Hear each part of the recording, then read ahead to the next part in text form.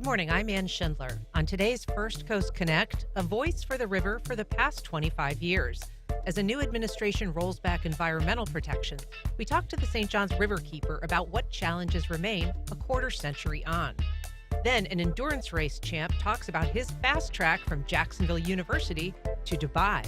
And we'll tell you about a new bike share program that aims to reduce congestion and prime local businesses in St. Augustine. Join the conversation. Give us a call at 904-549-2937.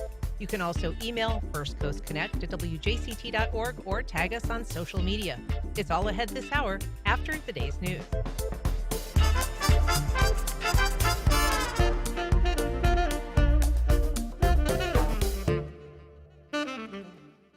Live from NPR News in Washington, I'm Corva Coleman. President Trump has imposed 25% tariffs overnight on goods from Canada and Mexico. He imposed an additional 10% tariff on Chinese goods. He says it's to stop illegal drug trafficking into the U.S.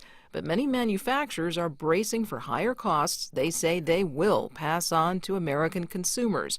David Shaper reports from Chicago. It will cost more for items such as kitchenware. At the International Housewares Association's annual trade show here in Chicago, Jan Murtaugh is showing off her company CDN's latest innovation, a Bluetooth-enabled meat thermometer. Temperatures will come to your phone, and so it's a convenience thing. The high-tech device is one of many made in China, Mexico, and Canada that will be heavily tariffed, a cost Murtaugh says will be passed on to consumers, who then may not want to shell out the higher price. It gets to the point you don't want to pay. It's just too expensive, and you can live without it. And housewares manufacturers in the U.S. fear retaliatory tariffs on their products could hurt their businesses.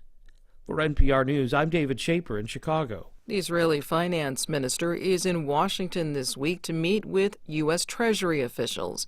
NPR's Hadil Al-Shalchi reports this would be the first in-person talks between the finance minister and President Trump's administration. Israeli Finance Minister Bezalel Smotrich said he will meet with U.S. Treasury Secretary Scott Bessent to, quote, strengthen economic cooperation and deepen a strategic alliance between the two countries. Smotrich is an ardent advocate of Israeli settlements and has called for the Israeli reoccupation of Gaza. He welcomed President Trump's proposal of displacing Palestinians from Gaza to other countries and rebuilding the Strip under U.S. ownership. Smotrich said the Israeli government is still standing because he's been promised there will be a war against Hamas, threatening Prime Minister Benjamin Netanyahu's ability to stay in power. Hadil Al-Shalchi, NPR News, Tel Aviv. Health officials in Texas say at least 146 people have the measles in that state, and most of them are not vaccinated. One unvaccinated child has died. New U.S. Health Secretary Robert F. Kennedy Jr. is a known vaccine skeptic. Over the weekend, he wrote an editorial for Fox News voicing support for the measles vaccine. Dr. Preeti Malani is an infectious disease physician at the University of Michigan. Science and public health shouldn't be things that divide us. But the reality is there's an enormous amount of misinformation out there. And for the secretary to state that vaccination is important is helpful. And I am heartened by the fact that there are reports on the ground in Texas and other places is that families are coming with their children who haven't been vaccinated to be vaccinated. She spoke to NPR's Morning Edition. This is NPR. You're listening to WJCT News, 89.9 in Jacksonville. Good morning. I'm Stephen Ponson. It's 9:04. Jacksonville Mayor Donna Deegan will hold her next town hall tonight in Riverside. She plans to discuss her budget priorities, provide updates on city projects and initiatives, and answer people's questions. The meeting is free and open to the public, and no pre-registration is required to attend. It goes from 6 to 7:30 at Riverside High School on South McDuff Avenue. The mayor's two remaining town halls are scheduled for Tuesday, March 11th at First Coast High School in Ocean Way and Thursday, March 27th at Terry Parker High School in Arlington. The historic Old Ocean Liner headed to Florida's Gulf Coast to become the world's largest artificial reef has made it from South Philadelphia to a repair facility in Mobile, Alabama. The 1,000-foot SS United States shattered the transatlantic speed record on its maiden voyage back in 1952. The ship will spend the next 6 months or so being readied for scuttling off the coast of Okaloosa County in the Florida Panhandle. Officials say the ship could end up costing the county more than $10 million, money that they expect to recoup from tourism spending on charter fishing boats and at scuba shops and hotels. We'll have highs reaching the mid to upper 70s today here in Jacksonville. We'll also have some breezy conditions as well. Tomorrow, showers and storms are in the forecast, mainly between 8 in the morning and 2 in the afternoon tomorrow, and there is the chance that we could see some severe weather with those storms. Support for NPR comes from NPR stations.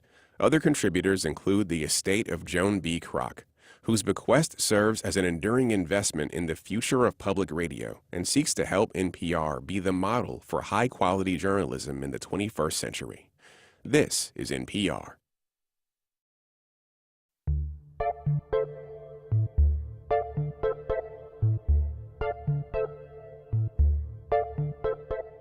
Support for First Coast Connect is provided in part by Baptist Health and North Florida TPO. Good morning. I'm Ann Schindler, and this is First Coast Connect. Today, the St. John's Riverkeeper reaches an important milestone. But even as the group celebrates its 25th anniversary, it's preparing for troubled waters ahead. After that, we talked to a local grad who just became an endurance car racing champ and later the entrepreneur behind a new bike sharing program in St. Augustine. But first, it's a moment of celebration and deep concern for the local nonprofit named for the river it defends. Here to talk about it, I'm joined by St. John's Riverkeeper, Lisa Rinaman. Good morning, Lisa. Good morning. Also, Jimmy Orth, the group's executive director. Good morning, Jimmy. Good morning. So, first of all, congrats on your silver anniversary. It's a huge accomplishment for an environmental group that is really, a centerpiece of Jacksonville. Remind us a little bit about how this organization first came to be. Yeah, well, back in the late 90s, actually early 90s it started, we started seeing water quality conditions in the river decline pretty rapidly. And so there was a group of citizens that they were getting really frustrated that wasn't enough action being taken. The agencies didn't seem to, there was no sense of urgency. So Roger Bass, who was one of the founders of this organization, he decided, you know what, there's this thing called a Riverkeeper program. I'm going to look into it and see if we can bring one here to Jacksonville. And so they formed a group of citizens that, a stakeholder group. They got together and decided, let's form a Riverkeeper because we need a watchdog. We need an agent, an organization, a nonprofit that could stand up to the agencies, hold them accountable, hold polluters accountable, and really advocate for the river, be the voice for the St. Johns River. And why was it that an agency devoted to the St. Johns River was needed? I mean, there's obviously regulatory agencies. There's other environmental groups that fight for things like clean water and clean air. Why a specific advocate devoted to the river itself? Yeah, I mean, one of the challenges we have with agencies is they're not always fully transparent. And so a lot of the data, they may be collecting information that's important for citizens to hear, but it may be, buried in the bowels of government. So really getting that transparency piece and also enforcement. There's a lack of enforcement. We saw it back in the 90s. We're seeing it still today. So that's a lot of the work is making sure we're putting a light on the data, the science, and also the lack of enforcement and making sure that that information's coming and we're demanding accountability. One agency engineer said, they have a box that's kind of defined by the politics of the day. And it's our job as a watchdog to make sure that they're doing everything they can within that box, but also making it bigger, making sure we have more protections for our waterways, not only for today, but for future generations. And so when the organization began 25 years ago, you say that it was in reaction to concerns about a deteriorating water quality in the St. John's. What was causing that at that point? And has the challenge changed? Well, I always like to back up just a minute because I think it's interesting if you look at like the 1970s or late 60s. We were dumping 15 million gallons of raw sewage into the St. Johns River a day. 90 million of untreated industrial waste was going into the St. John's. There was actually in about 1970, there was a health department advisory that said if you swim in the river near the Main Street Bridge, you could contract up to something like 25 communicable diseases. So it was, and a matter of fact, our governor at the time, I think it was Claude Kirk, he actually called the St. Johns River a cesspool. He said you would actually have a greater chance of dying from pollution than drowning if you fell in the river. So it was really bad. So Wow. then the Clean Water Act came in 1972, and we addressed a lot of these point source pollution sources where we were literally dumping it straight into the river untreated. But what happened is over the next 20 or so years, we just started seeing rapid growth. Florida became one of the fastest growing states in the country, and that growth led to what essentially is death by a thousand cuts. And then also the agencies weren't keeping up. The regulations, the protections, like Lisa talked about, were not keeping up with the threats to the river. And so they just weren't doing enough to address it. There was not enough political will to clean up the river. And so, like Lisa said, we really needed a citizens group to be working day in and day out for the St. John's to really hold these agencies accountable, hold the polluters accountable. And you talk about the river being called a cesspool. I mean, in fact, it was because it was being treated as a sewer system, right? This is where you put the stuff that you wanted to get rid of, and there really wasn't much regulation up until the Clean Water Act. Absolutely. And so, the good news is, as Jimmy mentioned, we are seeing a reduction of those point source pollutants. So at the end of the pipe. But now our biggest concern has been nutrient pollution because polluters, wastewater treatment facilities, they're able to still discharge a certain amount of nutrient pollution, nitrogen and phosphorus. And those are, when you have excess nutrients, that's what leads to these toxic blue-green algae outbreaks and slime.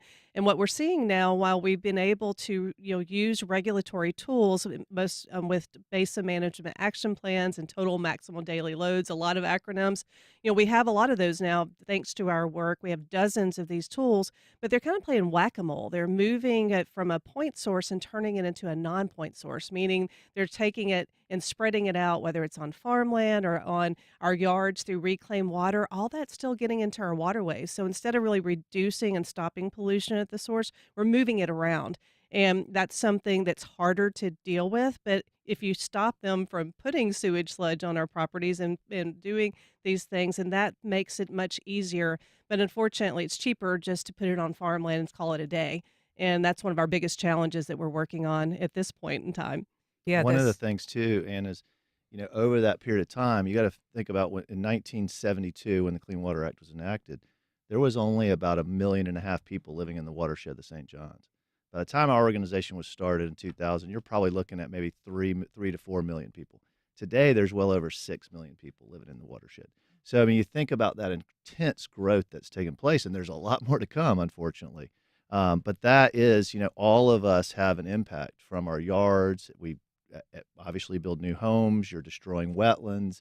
And so the cumulative impacts of all these people living in the watershed had a major impact and still is. Even as improvements are made. Right, Yeah, exactly. Absolutely. Well, if you're just joining us, we are talking to the Riverkeeper and the executive director of the Riverkeeper about the 25th anniversary of the organization. And if you'd like to join our conversation, you can give us a call. 904-549-2937 is the number. You can also email firstcoastconnect@wjct.org, or you can reach out and tag us on social media. We have a call from Chad on the South Bank. Good morning, Chad. Go ahead. Good morning. Good morning. I love this river. I've only been living next to the river for about 5 years now. I lived in Gainesville before that and in Miami before that. And 50 years ago, I used to live in Gainesville and come here and leave right away because it was a different place. But now it's lovely. But I have a big concern about the river. It's this white foam I see a lot of mornings. Now, I've talked to people about it before. They say, that's runoff from the farms, pesticides and such. I made a video of it yesterday. I don't want to post it because it's kind of long, but it looks kind of weird. And it bunches up over there by where the school board is, and it looks like foam. What can be done about that? Thanks, Chad. Yeah, thanks, Chad, for your question. And foam's kind of a challenging issue because 90% of the time, the foam that you see in the river is natural organics. It's breaking down. And so when the wind starts or the current, it kind of churns it up. And so that's why you see a lot in front of the school board. So most of the time, white foam is not a problem. It's just something that naturally happens. You see it behind boat wakes and things. However, it can also be the sign of a discharge or some sort of sedimentation. So especially if you see white foam coming out of a tributary into the St. John's, if you see, if you see it kind of focusing on McCoy's Creek, we see it sometimes in that area, or Ortega River. But definitely report it, let us know. But most of the time, it is benign. However, we are starting to see, too, that it attracts PFAS or forever chemicals. So we've started doing some sampling work around foam to better understand why it's accumulating in it. But most of the time, it's naturally occurring. Interesting. We also have a call from Janice on the South Side. Good morning, Janice. Go ahead. Hey, I just wanted to say that not everybody, because the fellow said that everybody impacts the river with their yards. That's not true. There are a lot of people who care about pollinators, care about native plants. They don't throw any kind of poisons in their yard. They're very mindful of that. You know, there are a lot of people who do that. Unfortunately, our legislature is not doing enough about protecting our natural resources, which the river most certainly is, at all, in my opinion. Thanks, Janice. And it sounds like you're doing your best to, live up to that standard. And I suppose if you are doing all of that and you're not on a septic tank, you could probably say that your impact to the river is negligible in that way. But tell us about the problem of septic tanks, because that is something that's often out of people's direct control, unless they completely overhaul what their system is. I'll let Lisa take that question in just a second. But I want to say, I apologize if I misspoke. I didn't mean to say that everybody through their yards impacts the river. It's everybody has an impact on the river in general. In other words, if your car is parked in the driveway or on the street, we are impacting it through hydrocarbons from our cars. We are impacting it as we drive down the street, where literally our tires are wearing down. And where do you think that rubber goes? Those microplastics end up in the river. When we build homes, those homes are impacting natural habitat. So that's what I meant by is that all of us have an impact. Some of us, like the caller, are doing, thank goodness, a good job to try to minimize their impact. And that's what we all need to do. We all need to look at the ways we can minimize our impact, because unfortunately all are going to have some impact in the actions that we do and take on the health of the St. John's. And one of the things we do have is a river-friendly program to teach everyone, just like Janice, to do things to reduce their impact on the river, reduce their pollution footprint. We have one for children, for homeowners, for boaters, marinas. And so check out our river-friendly practices at stjohnsriverkeeper.org. And one of those things, back to septic tanks, is if you are on a septic tank, make sure you're having it inspected. Make sure it's being maintained. It can help reduce bacteria in the river. We still have a lot of nutrient pollution coming from septic tanks, but if you are in a septic tank, make sure you're having it inspected and maintained. And one of the things we're advocating from at the state and local level is we've got to phase out septic tanks, and we don't need to permit septic tanks in environmentally sensitive areas with as much waterways as we have in Northeast Florida. That's a lot of area, but we need to do more about getting and phasing off septic tanks. Got a couple of messages of congratulations. This is Sierra Club on Facebook saying congratulations to the Riverkeeper for 25 years of environmental advocacy. Thank you for your support. Renew Jax also posting on Facebook, congratulations. We also have an email from Mark, and he says he's referencing Rebecca Vaquera January article on the Riverkeeper's website. She brings up the socioeconomic factors of the Ribault Moncrief watersheds. Poor neighborhoods can't afford to replace failing septic systems. How is the progress coming on city assistance, and when will the fecal coliform levels come down enough to actually get in the water? Well, that's a good question. Septic tanks, as Lisa mentioned, it's a huge problem. And there's 4 actually projects that are either completed or underway that the city is undertaking with JEA. JEA is actually the one managing the project. And those projects it's slow. It's a slow process. We have about 20,000 failing septic tanks that we know of. There's probably a lot more, actually, because of sea level rise and rising groundwater levels. So there's a lot more that probably are not working properly. And the challenge that the city has is not only how long it takes for these projects to phase out these septic tanks, but how much it costs. Right now, the average cost of these septic tanks that we're moving right now is $70,000 per household. So we're looking at a multi-billion-dollar problem, and the city doesn't have the money appropriated right now to continue these projects after these 4 are done. So it's going to be a challenge for the city moving forward is where's that money come from? How do we pay for it? And how do we keep doing it? Because this is a promise that was made during consolidation, obviously. The northwest part of Jacksonville where these projects are taking place, we have an obligation to fulfill that promise to hook people up to sewer and city water in some cases. And the progress has been slow, but fortunately they are moving forward. But we got to keep doing this, keep phasing out septic tanks, phasing out the next 20,000. And the problem is as you go longer we go, more are just going to fail from old age. and more are going to fail with sea level rise and as groundwater. So, And what do we know about efforts to stop new septic systems from being installed in the first place? Well, that's a real challenge because of property rights and other issues. And so there's really not, there are counties that are passing protective zones, so not allowing new permitted septic tanks in environmentally sensitive areas. So that's something we'd like to see throughout the St. Johns River watershed. But septic tanks aren't the only problem. We also have a lot of aging old infrastructure, old sewage pipes, old lift stations, and we've got to get more aggressive to make sure we're going in and checking these systems. Right now, we're waiting until they fail. And while we have been able to encourage JEA to get to the root cause through a series of lawsuits, we need to do more to make sure we're being proactive to address these aging infrastructures because we have the tributaries in Northeast Florida are all contaminated, chronically contaminated with fecal bacteria, and they're an order of magnitude higher than anywhere else in the state. And that's a problem. We need to do better.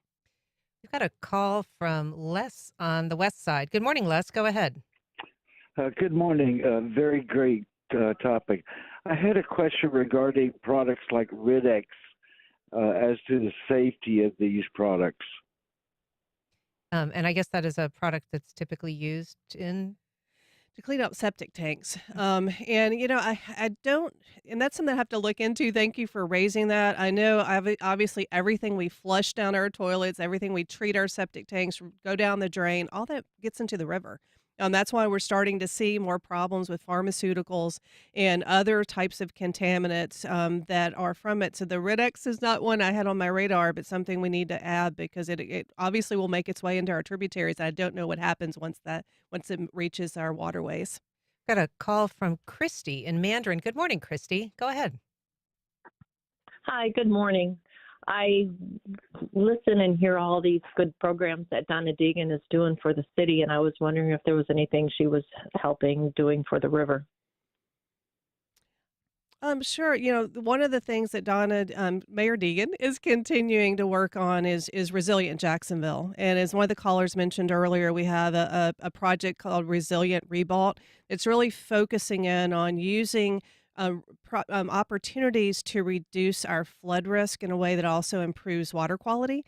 So looking at green infrastructure, looking at improving the permitting opportunities, which will take a city council, so it's not done yet, but there's opportunities to really make sure we're doing things proactively to be more resilient, and that's part of that effort. As well as in focusing in green infrastructure, which we need to do more of, using trees as part of the solution. But there are other opportunities as well, and focusing on getting more dollars towards phasing out septic tanks, trying to have an ordinance focusing on protecting environmentally sensitive areas, as well as dealing with trash. We'd like to see more opportunities for us all working together, because not only is trash unsightly and it makes our community look, abandoned, it also breaks down and can be really toxic to our waterways as well as to our human health. Got a message from Elizabeth on Facebook saying, thank you, Lisa and Jimmy, for your service, and birthday congratulations from Duval Audubon Society and Lights Out Northeast Florida. We also have a call from Stanley on the north side. Good morning, Stanley. Go ahead. Yes. First of all, good morning to everybody. And I want to thank the Riverkeeper, this group here, because they are doing an excellent job.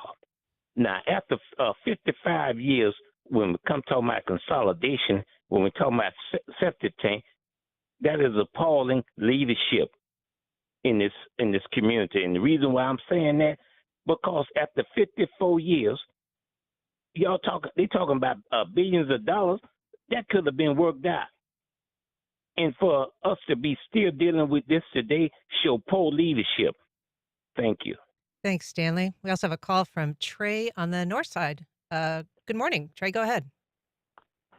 Good morning. I'm calling actually on behalf of Duval Soil and Water Conservation District, and I want to thank the St. Johns Riverkeeper on behalf of us. And I'm looking forward to working more closely with the St. Johns Riverkeepers, especially as it relates to the watershed. And hopefully we can apply for some grants together and get the north side doing much better with those septic tanks. Thanks, Trey. And something, too, I want to address that Stanley said is I agree. I mean, the good news is that we're phasing out septic tanks now. but we got to make sure we complete the job. And that's one thing that there is some concern. It did come up in the paper earlier this year that right now the cost overruns with the septic tank projects that are underway. They're 80 million short, so we've got to find 80 million. We've got to finish the job that we promised is going to be completed on the north side. That's in the Riverview neighborhood, and so that's priority number one. The city's going to have to find the money to do that. But we also have to finally clean up all of the toxic incinerator ash sites that are predominantly located in northwest Jacksonville. There's still toxic ash out there that has not been cleaned up. That's been there since the 1950s, and the city's been working diligently for the last almost 20 years to clean it up. But that's another thing. We've got to finish the job, get it done. These people have been living with the legacy of this toxic pollution for decades, and it is something that needs to be finished. We need to get it done and make things right, which we haven't done in quite some time. You sort of alluded to gentle encouragement through litigation when it comes to some polluters. And I wanted to ask you about that as a tool of the Riverkeeper.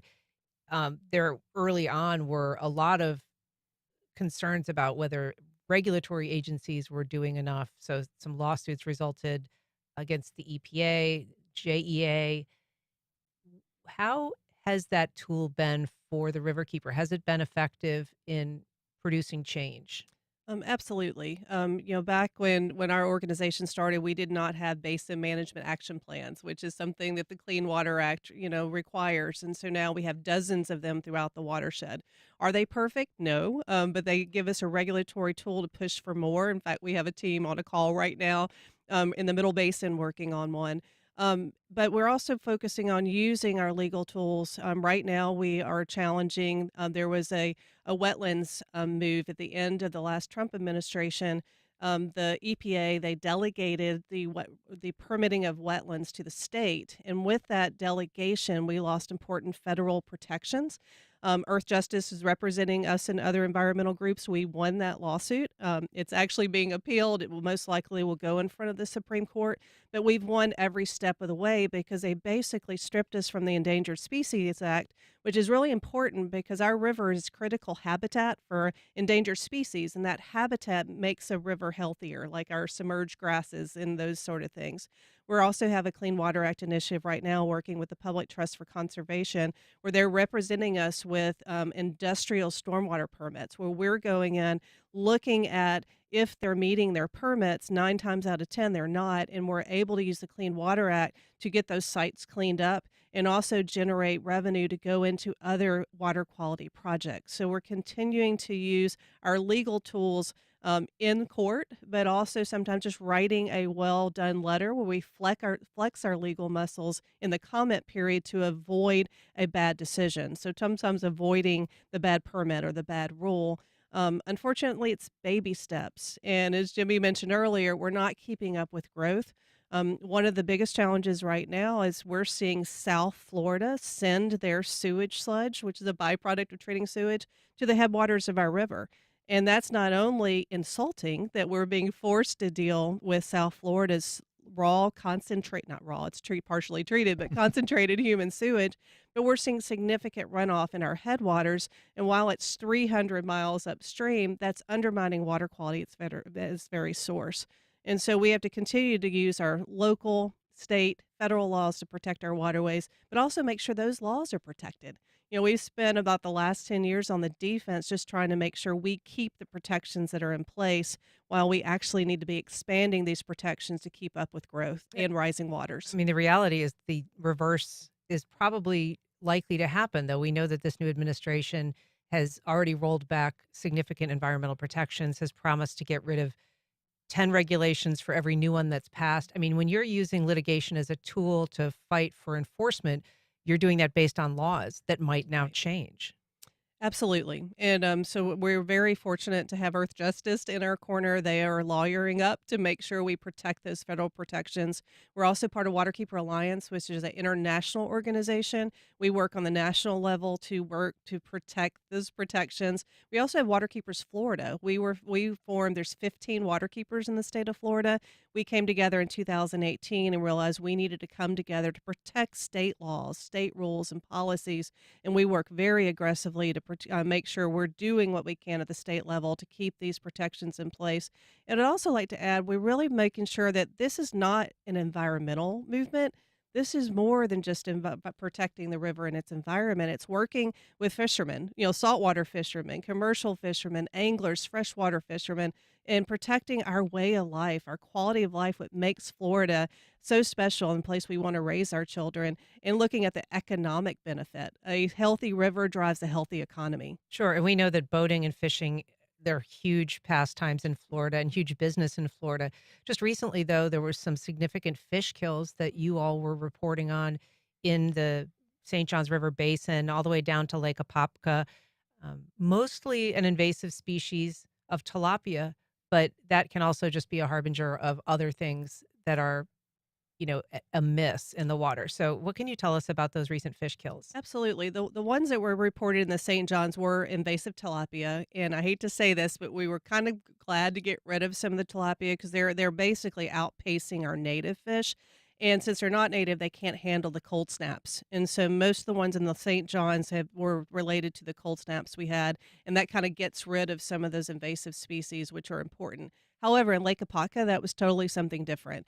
In Lake Apopka, you saw native fish dying. You saw all different types, large numbers, and it was very quick. And so they're not sure exactly what has caused that. The agencies have ruled out some of the normal suspects as far as low oxygen, a toxidant, a blue-green algae. They can't seem to figure it out. We're working with a new group of fishermen in the middle basin of the St. Johns called Mighty River Recovery, and they've been out there looking to see, could this be pesticides? Are there other things in the soils that's contamination? So that investigation on Lake Apopka is ongoing. So let's talk. I said we were going to get back to the subject of sludge, which is routinely used as a fertilizer, not just here in Florida, but around the country and really around the world. It's considered a way of dealing with sewage rather than pumping it into a waterway. They sort of dry it out and they spread it on the land. But it has a variety of impacts on its own. And more recently, a lot of connections to what are known as forever chemicals, which have been found now in these sewage sludge placements on farms, dairy farms, cattle ranches, agricultural land, impacting and polluting those soils with these chemicals of which there is no safe exposure level. Absolutely. And so sewage sludge is the byproduct of treating wastewater, our sewage go at the wastewater treatment facility. But what most people don't realize at our wastewater treatment facilities, not only is it human sewage, they commingle industrial waste. And so the sewage sludge, it's highly concentrated human waste, but it also has this industrial waste involved. And forever chemicals, they seem to stick and concentrate in sewage sludge. And so what we're seeing in other states, including Texas, where rural counties are suing the government because they're saying, wait a minute, you're contaminating because you're not regulating it. EPA is warning about it. Even the state of Florida, they recognize that sewage sludge is a source of forever chemicals. It can contaminate our farmland, but they don't test for it. They talk about it in one silo, but they're still permitting this. And not only is our river at risk from the high nutrients, there's about 10 times as much phosphorus that these farms need, so it's running off in our waterways, but these farmers' land, their cattle, it's getting contaminated. The largest ranch in the headwaters of the St. Johns is Deseret Ranch, owned by the Mormon Church. They just quit taking biosolids and sewage sludge most likely because of fears of this long-term contamination. So we want our farmers to be protected. We want our river to be protected. And we don't want Central and Northeast Florida to be forced to take South Florida's pollution and contamination. And that's what's happening now. What is, I think, shocking for some of the new information that's coming out about these PFAS and PFOAs, these forever chemicals in sewage sludge, is that some of the producers of this notified EPA as early as 2000 that these chemicals were turning up in their municipal water system sewage sludge. And in 2003, EPA has been aware, I mean, for more than 20 years, they have known that this is in sewage sludge and that these chemicals are not safe at any exposure level. And yet still nothing has been done. Yeah. And I will say, just for folks listening out there, that when we talk about these chemicals, we're talking about chemicals that are used to create nonstick coatings for cookware, to make your rain jacket waterproof. So these are chemicals that are pervasive. We use them all the time. And the challenge too is when they do find one type of this PFAS is dangerous, the industry will come up with a new one that they can use. And so that maybe we don't know enough about yet in terms of the impacts. But the challenge, yes, is that we've known that these were dangerous and harmful for an awful long time, and we're still not eliminating them at their source. That's the key in all of this. We've got to eliminate them at the source. And yes, it is. It's a huge economic problem because these farmers, once it's in their cattle, it's in the milk in their cattle, they have to euthanize these cattle. They can't sell them, obviously. In Florida, we have a problem because we're not testing that sewage sludge to see if the PFAS is in it. And so we're putting it on these farms, knowing that it probably is, because the agencies have acknowledged that, yes, it is probably a source, but they're not requiring testing. So that's one thing we want to see is we want to see the state, like they've done in Texas and in Maine, they actually, because they started testing and found it was so pervasive, they actually banned the practice in Maine. I think that's the only state currently that's banned it. And Texas is probably on the way. Who determines that sludge is going to be placed near the headwaters of the St. Johns River that comes from South Florida? So in 2007, the Florida legislature, they banned this practice of disposing sewage sludge on farmland in South Florida. And they actually allowed utilities in South Florida to charge an environmental fee to pay for the trucking of this sewage sludge to the headwaters of the St. Johns. They didn't say the headwaters, but basically they give incentive to put it in rural communities on farms as a incentive because it lowers their fertilizer costs. And the closest place to truck it is in Indian River County, Brevard County, and Osceola. If you look at the water quality measurements in that area, the nutrient pollution is just off the charts. We're finding PFAS, pharmaceuticals, heavy metals, all of these things. And the legislature now is saying, well, it has to go somewhere, Riverkeeper. So where is it going to go? It's coming to our river. In fairness, they did improve the rules in 2019, so the rules are a little bit more protective. But now all of the haulers that are trucking this, I hate to say it, I can't say it on air, this sewage from South Florida, they're saying, well, we can't make the math work, and they're asking for variances. And so, one, we can't allow that to happen. We have to make sure they follow the rules. As Jimmy said, we need to test for these very dangerous chemicals, or we're going to leave these farms as Superfund sites. And in 2023, the legislature created a biosolids grant fund because they're saying we need to invest in new technologies, but they haven't funded. They haven't put any funding in it. So we have to figure out a way to deal with our growing volume of sewage in the state of Florida because right now we're playing whack-a-mole with it. This is a worldwide problem too. I mean, this isn't just obviously isolated to Florida. Right. We're dealing with this problem all over, this planet. Right. I want to take a couple of calls just briefly if we can. Bill in San Marco, go ahead. Hi. First, I want to congratulate Riverkeeper for 25 years and for all the great work you've been doing. Please keep it up. I may be out of date. I hope not. But I worked as a conservationist in other states, and we made great use of a program with a terrible acronym. It's called the WRRSP, Water Resources Restoration Sponsorship Program. Is this something that Riverkeeper is familiar with? Is it? I can explain it. No, Bill, this is the first I've heard of. I'm anxious to investigate. Okay, well, the basic idea is that when cities and counties take sometimes monstrous loans to put in new sewer pipes or new water treatment plants from the federal and state revolving funds, they take a loan at low interest over decades. The way the WRSSP works is that the interest rate is adjusted. If a city, instead of borrowing $20 million, borrows $25 and then uses that $5 million to sponsor septic tank removal or river buffer preservation or anything that affects water quality, the overall payout at the end of their loan term is lower. It saves the public money while providing extra money for conservation projects. That's fascinating. Bill, thank you for your comment. I want to take a call briefly from Mark on the west side. Go ahead, Mark. We talk about another reason to hate South Florida. A couple of years ago, Orlando put a pipeline somewhere in the St. Johns River to suck up, I think, as much as 1 million gallons a day to water their golf courses, not to drink, for gray water uses. And I wanted to know, are we monitoring that? I mean, God knows we can't trust them, but I mean, is that thing online? Have we noticed that any ill effects to the St. Johns River? Do we know that they're doing what they say they're doing?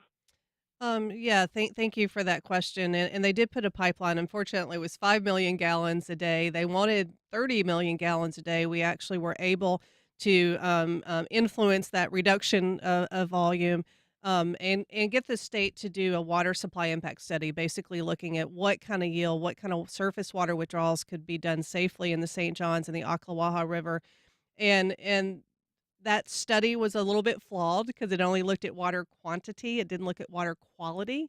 And you really have to look at both. And so we're still fighting that battle in Central Florida. There's still a desire to pump more surface water from the St. Johns. When you withdraw fresh water in Central Florida, you pull in more salt water here in the headwaters. Our river's really flat. Our state's really flat. And so we have to look at the chemistry of the water. And in the state, we're concerned about saltwater intrusion, having more salt water, because then that does damage to our submerged grasses. Those are the kidneys of the river, the habitat, and it's really important we do everything we can to not only to prevent surface water withdrawals, but also have water conservation. We're still using 50% of our drinking water on our grass, and that is a real problem because our drinking water source is also our spring water sources, and we are seeing about a 30% reduction of freshwater flow from our springs, and that has a significant impact on the St. Johns. So many issues, and thank you both for being here, and congrats on the 25th anniversary. I know there's much work ahead. Lisa Rinaman, Jimmy Orth, appreciate it. Thank you, Ann. Thank you so much. All right, up next, we talk to a JU grad about his fast track from international venture capitalist to endurance car race driver.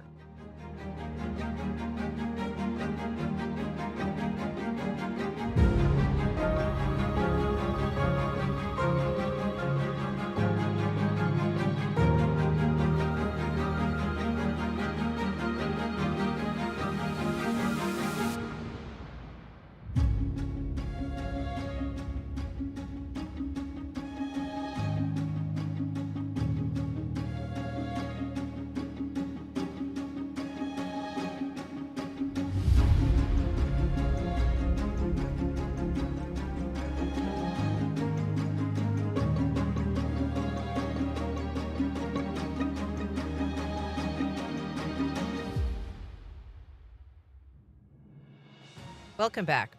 Well, from launching restaurants in college to building a global venture capital firm, Tiger Tari has demonstrated his drive to succeed. Now he's also demonstrating driving endurance. He's here to tell us about his recent trophy in the Dubai 24-hour race. Tiger, thanks for being here. Thank you so much for having me. And congrats, first of all, on the race. Thank you. How did you get involved in endurance racing? It goes back to when I decided I wanted to do this. The biggest race somebody can do is, in my opinion, Le Mans 24, and that's a 24-hour race. So knowing that was the high point, I backtrack and say, where do I start? And I started with doing, endurance races in lesser leagues, I should say. So that's how we kind of started. It was the best way to learn how to drive with different speed cars in different classes, and eventually Le Mans will be the ultimate place you can examine that. And I'm not just going to say skill, because there's a lot of luck in it too. But Dubai 24 is nothing to sneeze at. How do you kind of stay alert during a race that long? Well, thank God for coffee. We should thank the Turks for that, right? Right. For inventing Turkish coffee. But in that case, I did a lot of espressos. And other than caffeine, it's really planning your night, your time, which that race was very last minute for me. I was waiting a new race car to come on time. When the car didn't make it on time to drive in the endurance race, 4 hours race day before the Rolex, I was like, okay, I'm not going to not race month of January. And as I was already asked to drive in Dubai by multiple teams, I finally said, okay, guys, I'm just going to do this race. I jumped it. Did you have to borrow a vehicle or? No, the way it works is the team brings the car there. They already have a full staff, dozens of people taking care of the multiple cars they bring. In this case, I think that team had 3 cars they brought in different classes. And the way it should be is just show up and drive, but it really doesn't work that way because showing up also meant my flight wasn't canceled in New Jersey, Newark, which it was. So I had no sleep for 2 nights trying to get to Dubai and then barely slept. And then the way it works itself out was my co-drivers, a couple of them didn't want to drive at night. So here I am with usually the young drivers drive at night with no sleep. And here I am at 50 years of age, acting like one of the young drivers. Yeah. After your endurance trip across the world, we should say you moved to Jacksonville from Istanbul when you were just 17. You're a JU graduate. You Correct. attended school there. Right. But when you were going to school there, you really started this entrepreneurial bent. You opened some pizza restaurants. What is it that got you to be so kind of motivated and ambitious to Well, start at it's, that point? when you go to a national park, you'll see a sign that says, don't feed the wildlife, right? When you don't have that feed coming, you got to figure it out, right? So I think that necessity brings the best of us. And when you don't have, readily available funds to take care of your college, this and that, you have to figure it out. So I think that was a great thing for me. And I've no less respect for my parents. They did best they could, but sending a kid to a college is not everybody's financial means, and nor it should be a responsibility of the parents. Kids should want to do it bad enough that they will be willing to do anything. So the difference between going to college with free money versus I want to really make the most out of this college. So when you go there with a different mindset, which is I'm going to spend all this money. How do I make sure that I make the most out of what I learn out of school? And you transitioned from having these restaurants that you opened while you were in college into the tech industry and then ultimately into the world of venture capital. How did that happen? Yeah, private equity. It's got a lot to do with my brother and I were both doing the same things. Everything we do, we've always done it together. It's like the yin and yang, you know what I mean? It's just, so I can't just not talk about him when, I'm talking about myself because it's part of it. Everything we've done together. He was definitely the geeky techie guy, and it's got a lot to do with him figuring stuff out on his own. And I definitely bring a different skill set than he does, and then we have some mutual skill sets too. He ended up getting 3 majors at JU. I ended up getting 2. It was a good, definitely all good stuff. But what ended up happening is we used to do work for hire and come to realize what we do is not just work for hire. What we're bringing is the real value. And instead of getting paid for the service, we started getting a piece of the pie. And we realized that pie ended up working out much better for us. But also what we bring is way more than a vendor. It's, just a few minutes ago, as I know, I was sharing some knowledge with a gentleman I just met, Ian. That's where the value is. It's the seeing the big picture and how do you take where you got to validate your idea into a real business that actually makes money, and then you quantify that and make it a real business and sell it. And so tomorrow you're going to be talking to JU students about your journey. What are you going to talk to them about, and what advice are you going to give them? It depends on the vibe of the class. What do they need from me? I'm there to give them my time, and whatever their needs are is what I'm going to be willing to give. Not the first time I've done speeches. I've done it for 7 years. I've done it at UNF. I've done it back at JU as well. So I'm just coming back. As they change professors, that, they forget who was the speaker 3 years ago, but I've done it for 7 years. Mm-hmm. So I'll be heading back there. Depends on the need of the class is what I'm going to be doing the subject. Obviously my goal is going to be, number one, take the fears out, make them think outside the box. Don't just walk the street and say, I need to find a job. As you're walking on that street, remember, you look at right. Somebody, some company is cleaning the windows. Some company is putting the plants. Some company is providing services. Thinking that means, where is the opportunity? What is the opportunity that less people are doing? How can I make more than what I do as I'm enjoying what I'm doing? Well, Tiger Tari, congrats on the win. Thanks so much for being here. I hope you have a great visit at My JU. pleasure. I certainly will. Thank you so much. All right. Up next, a new bike share program gets rolling in St. Augustine.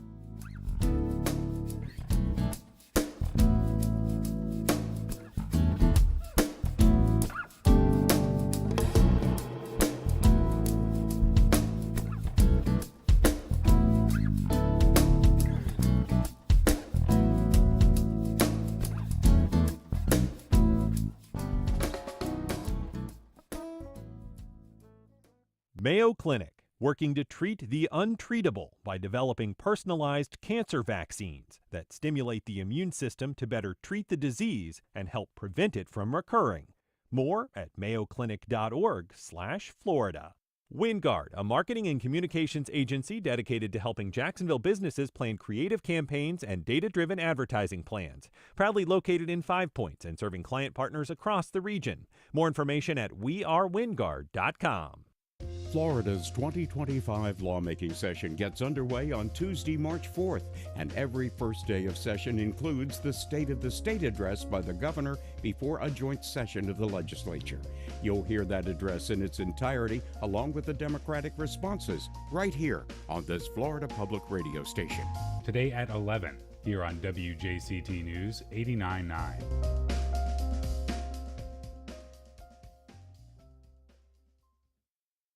Piles of executive orders, major cuts to the federal workforce, brewing legal challenges, and shifts in foreign alliances. It's been a whirlwind first month of President Trump's second term. Now he'll address Congress and the nation, Trump's first major speech since Inauguration Day. I'm Ari Shapiro. Join us for live special coverage from NPR News. Tonight at 9 on WJCT News 89.9. President Trump and his Secretary of Defense, Pete Hegseth, are overhauling the military. That includes a halt to offensive cyber operations against Russia and orders to remove transgender troops and to scrub any mention of DEI from military websites. Now there's pushback from 5 former defense secretaries who are calling on Congress to act. The path ahead for the new Pentagon. That's next time on 1A. Today starting at 10 on WJCT News 89.9.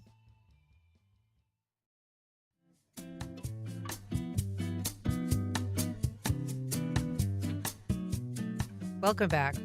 Well, a new partnership between the city of St. Augustine and a bike and beach rentals shop aims to ease traffic congestion and stimulate local business. Here to tell us about it is Ian Guthrie, owner and founder of Drifters Rentals. Good morning, Ian. Good morning. Thanks for being here and congrats on this new project. Yeah, thank you. Happy to be here and talk about it. Really excited to get the word out. Yeah, and I should say, full disclosure, my son works at Drifters, although he wasn't involved in this booking decision at all. Right. Yeah. Correct. Yeah, he's been with me for a little bit. It's been great. Yeah. So tell us, what does this new project entail? So it's looking to kind of kick everything off in 2026, and a lot of legwork has happened up to date and then more to go just to get everything just right. I initially started a boutique local version of bike share with my Outpost program. So I had stations around town at our local inns, some restaurants, just places that you'd want to check out if you're visiting town. And that has grown into this program now where I've got the bid with the city to implement a citywide bike share program. So as opposed to what mine was, where you had a station where you could ride around town, but you'd bring it back to the initial one. With this, it's going to be a point-to-point system, so making the ease of getting throughout downtown to the beach side and back and forth is the goal here, with it driving our tourists and locals to our businesses around town. And we should say this is a project that is predicated on there's no city money involved in this. They are essentially allowing you to use some of the property around town. And Right, you're going to yeah. So the city is, letting the program go through, and we're utilizing city little portions of property throughout town. And there's zero funding coming from or grants. It's just more, it's really truly a city community funded program. So I'm looking out for sponsors with like-minded businesses around town and other corporations that want to get involved in something where it's a great, unique, and innovative way for businesses to have their branding out, and essentially little billboards rolling all around throughout town. But it doesn't stop there. I mean, there's stuff within the app as well as on the website. So there's a ton of ways to plug in your local business within the program to customers that are utilizing the system. And it's sort of modeled after anybody that's rented bikes, for instance, in the New York City area with the City Bike program. It's not like people are renting these like scooters and sort of leaving them around town. Right. Yeah, that's the last thing we want. We want these things to have a home. So it is very similar to the City Bike, as opposed to City Bike where they charge by the minute with a lot of those larger metro systems, this is going to be just a flat rate by the hour because I really want people to not have to be watching the time and rush to get back to the next docking station. I want them to really enjoy the ride and be able to explore. So I'm doing a flat hourly rate, and that'll just create ease on people to not have to rush. But the system itself is very similar, where you'll just be bouncing around town and going from one to the other. Anybody that's familiar with St. Augustine knows that the Nights of Lights just wrapped up. That has become a little bit of a congestion nightmare for people who live there and people who visit. Oh yeah. What role does the bike share program have in overall congestion ease in the city? So a lot of I mean, really everything has been mindfully placed on the docking stations throughout town. There's a focus of putting stations that are at the parking, just on kind of uptown North City area by was it Francis Field? But so there's going to be a docking station right there by the large parking station, and have some that are kind of on the outskirts, so where people can park, easily get on a bike, explore through town, and then same with on the island side as well, because a lot of people are parking just on the other side of the Bridge of Lions and walking over, but we're looking to create it to where they can jump on a bike and get over. So the idea is to prevent a lot of those cars moving in through town and put them on a bike and rolling in that way. What about, safe passage for these bikes? I think some people were disappointed to see that the revisioning of King Street downtown in St. Augustine doesn't include dedicated bike lanes. There Right. really is an absence of dedicated bike lanes. There's not a lot of land in Yeah, the an old absence city and a big area. need. So yeah, with the infrastructure, it's going to have to get some form of adapting and design with this, because everybody loves getting on a bikes. It's really the best way to explore and get around, and it's extremely convenient as well. So the infrastructure is going to have to adapt, and it is needed. So, and I know that they're working on creating plans in place, how far down the line that is, but it is something that will need to be put in. And I imagine that this incentive and program in the city is really going to put a highlight on that and the need, and hopefully a bit more focus by the city to put that in place. So this gets rolling officially 2026. How can people get more information if they're interested in knowing about it? At driftercitybike.com, they can check out the website, gives a brief rundown, and you can take a look at what we're putting out there and the bikes that we're using as well. So one thing that's really exciting about this is the bikes that we're providing, they're completely custom designed inside and out. We've worked really hard with a company based out of New York, Priority Bicycles, where we've basically looked at, okay, what can we do to make this tough, stylish, comfortable, and very dependable and safe? And we've put all of those things in this bike, and these are going to be ones that are just unique to our city alone, and I'm really excited about that too. Well, Ian, congrats on the bike share program. Yeah, thank you. And we'll look forward to checking in with you when it's up and running. Yeah, thanks. All right. And that's our program. Thank you for listening. If you have questions or comments, you can send either to First Coast Connect at WJCT.org. If you missed anything, you can listen to our rebroadcast at 8 o'clock tonight, or you can find our entire archive at WJCT.org or your favorite podcast platform. Join us tomorrow when we look at how one local charity is being impacted by federal budget cuts. I'm Ann Schindler. You've been listening to First Coast Connect on WJCT News 89.9.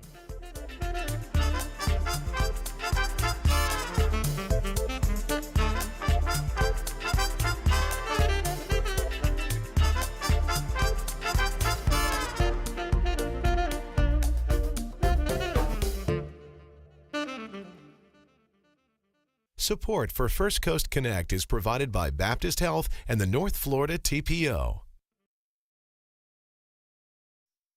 Baptist Health is a proud supporter of First Coast Connect. Baptist Health, committed to building a healthier community for all of us. More info at 202-4YOU or baptistjacks.com. The North Florida TPO is dedicated to transportation planning, funding, clean fuels, and new technologies for a vibrant, resilient, and connected region. More information available at northfloridatpo.com. The Jacksonville Music Experience presents psychedelic rock band Levitation Room, performing live on the WJCT soundstage on Saturday, March 29th at 7 p.m. Tickets and more information at jacksmusic.org/JME events.